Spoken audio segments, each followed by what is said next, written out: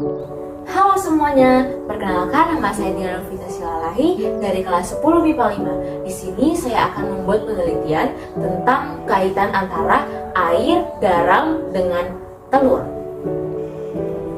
Sebelumnya, saya akan menjelaskan tentang hal-hal yang berkaitan dengan penelitian. Yang pertama, yaitu apa itu arti metode ilmiah. Metode ilmiah adalah langkah-langkah sistematis yang dilakukan oleh seorang peneliti dalam menjelaskan fenomena alam atau masalah yang terjadi. Langkah-langkah metode ilmiah yaitu sebagai berikut. Yang pertama, merumuskan masalah. Yang kedua, mengumpulkan data atau observasi. Yang ketiga, membuat hipotesis. Yang keempat, melakukan eksperimen atau percobaan. Yang kelima, kesimpulan.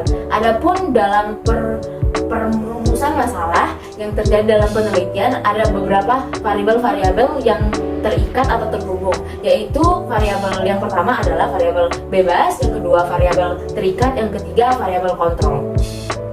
Selanjutnya, ada pun peraturan keselamatan kerja pada saat kita berada di laboratorium. Yang pertama, menggunakan baju khusus praktikum atau baju lab. Yang kedua, tidak makan, minum, dan merokok di dalam laboratorium. Yang ketiga, menggunakan masker dan sarung tangan saat mengambil zat-zat kimia yang berbahaya dan menguap. Yang keempat, wanita dan pria yang memiliki rambut panjang harus diikat karena jika tidak diikat akan menimbulkan kecelakaan. Yang kelima, gunakan alat bantu khusus.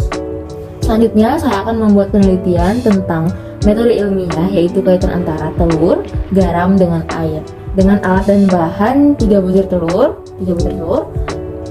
garam, 3 gelas yang berisi air dengan ukuran yang sama, dan ada sendok.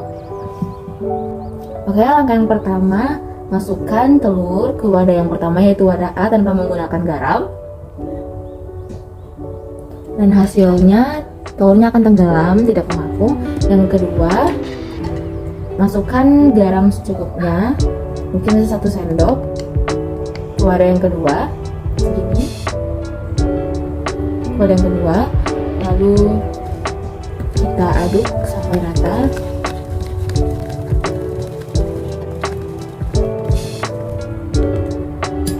Lalu masukkan telurnya ke wadah yang kedua.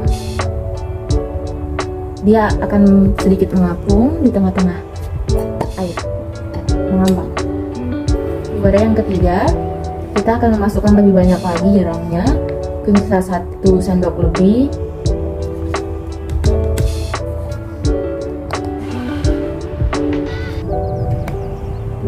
Lalu kita aduk secara rata.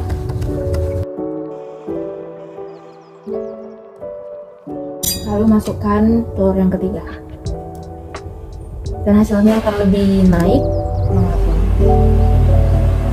Kesimpulannya adalah, apabila telur dimasukkan ke dalam air tawar, maka massa jenis telur lebih besar dibandingkan massa jenis air, sehingga telur tersebut tenggelam. Yang kedua, apabila air diberi garam yang pas, maka telur akan mengapung, karena massa jenis telur sama dengan massa jenis air. Yang ketiga, apabila telur dimasukkan ke dalam air yang berisi garam yang banyak, maka massa jenis air lebih besar dibandingkan massa jenis telur, sehingga telur tersebut mengapung. Sekian dari saya, Diana Novita Silalahi, kelas 10 MIPA 5. Terima kasih, Pak.